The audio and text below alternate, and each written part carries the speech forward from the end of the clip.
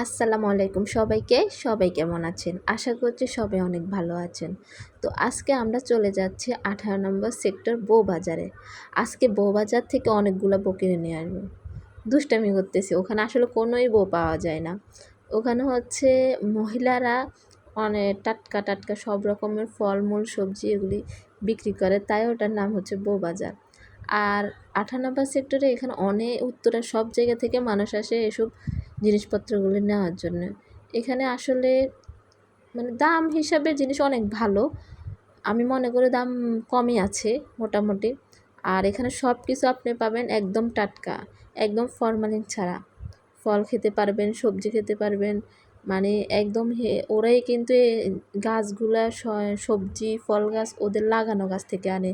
তারপরে মুরগির ডিম, দেশি মুরগির ডিম, হাঁসের ডিম, তারপরে হচ্ছে গরুর দুধ, মানে একদম সবে বা মুরগি থেকে আপনি সব পাবেন এখানে। তো আমি আপনাদের ভাইয়াকে বললাম যে চলো আজকে আমার কিছু সবজির দরকার, তাহলে আমরা ওখানে যাই। তো বাচ্চার ডিম ছিল, তারপরও ডিমের কথা জিজ্ঞেস করছি এখানে ডিম কত করে। উনি বললো যে মুরগির ডিম পার পিস 20 টাকা করে। আমার কাছে মনে হচ্ছে 20 টাকা পার পিস মুরগি, দেশি মুরগির ডিম মানে ঠিক দাম আছে, মানে কমের ভিতরে আছে। কারণ আমি আমাদের নোয়াখালীতে দেখেছিলাম দেশি মুরগির ডিম সেল করে একটা 25 টাকা করে।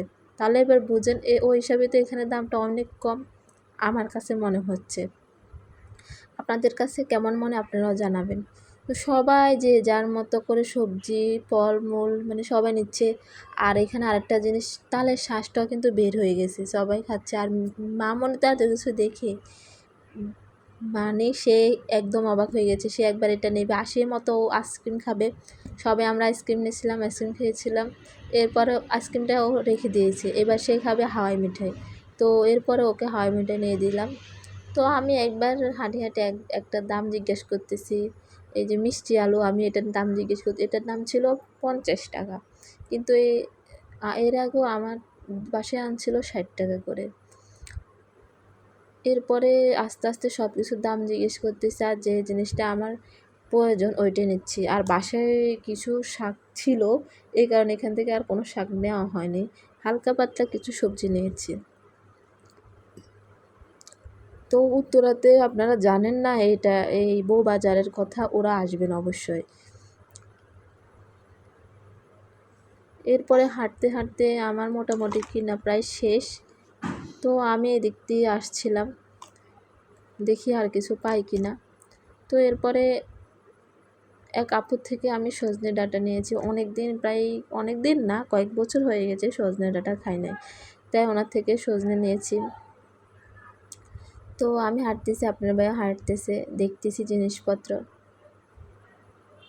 আপনাদের যার যার আমার ভিডিওটা ভালো লাগবে অবশ্যই শেয়ার কমেন্ট করতে ভুলবেন না, আর অবশ্যই সাবস্ক্রাইব করে আমার পাশে থাকবেন। তো আজকে আমি চলে এসেছি বাসায়, আর কি কি নিয়ে আসছি আপনারাই দেখেন। আমি বাবুর জন্য দেশি কলা নিয়েছি, তারপর হচ্ছে ধুন্দুল নিয়েছি, সজনে ডাঁটা নিয়েছি, তারপরে মিষ্টি আলু নিয়েছি, এই হালকা পাতলা এগুলো এনেছি। তো আজকের জন্য ভিডিওটি পর্যন্ত, আল্লাহ হাফেজ।